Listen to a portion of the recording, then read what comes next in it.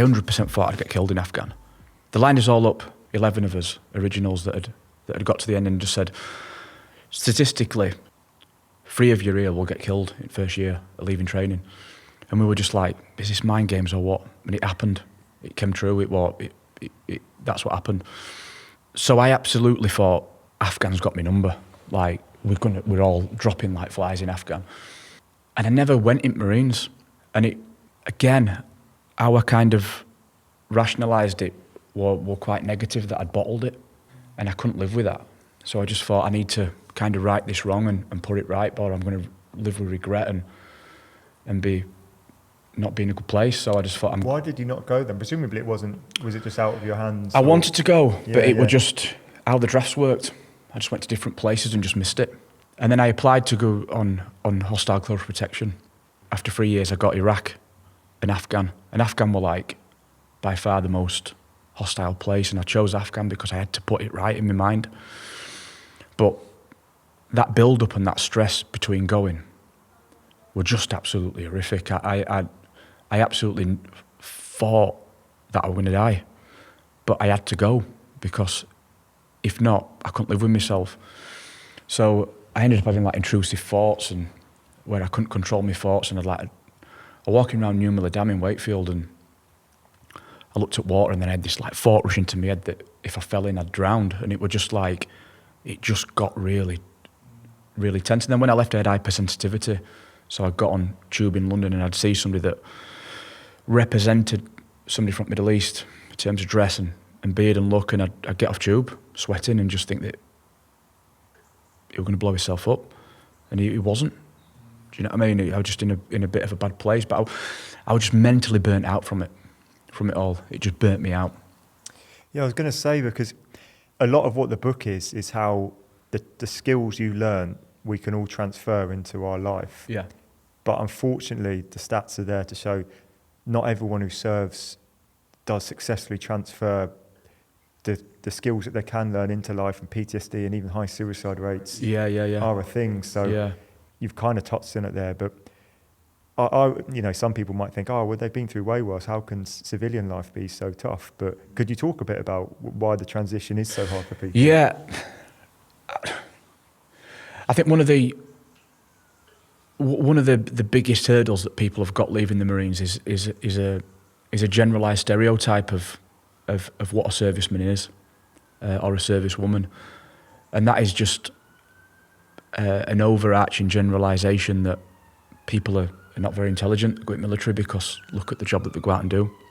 Who would possibly want to go to war and do that? I suppose it does disproportionately attract people from working class backgrounds, and I think all these provide barriers for people when they come back in.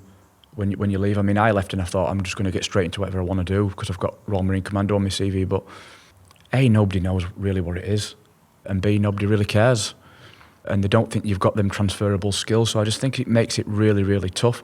A lot of people come from broken homes and backgrounds as well, and they stay in the military because it provides, in a sense, an artificial family unit, and they're reluctant to leave. But when they have to leave, and the military like kind of slams the door on them, I think they really struggle with reintegrating back into society.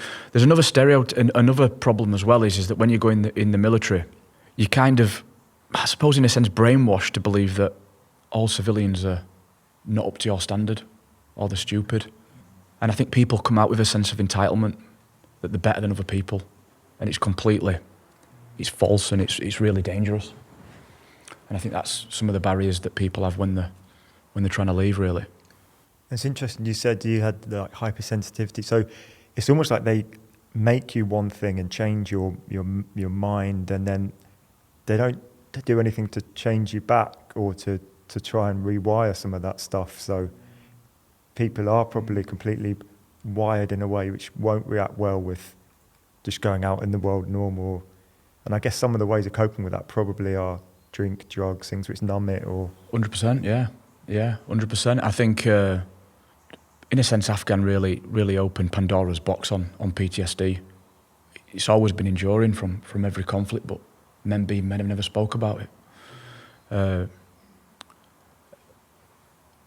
Because it's been seen as weakness. massive stigma attached to it, obviously, which is why we're here.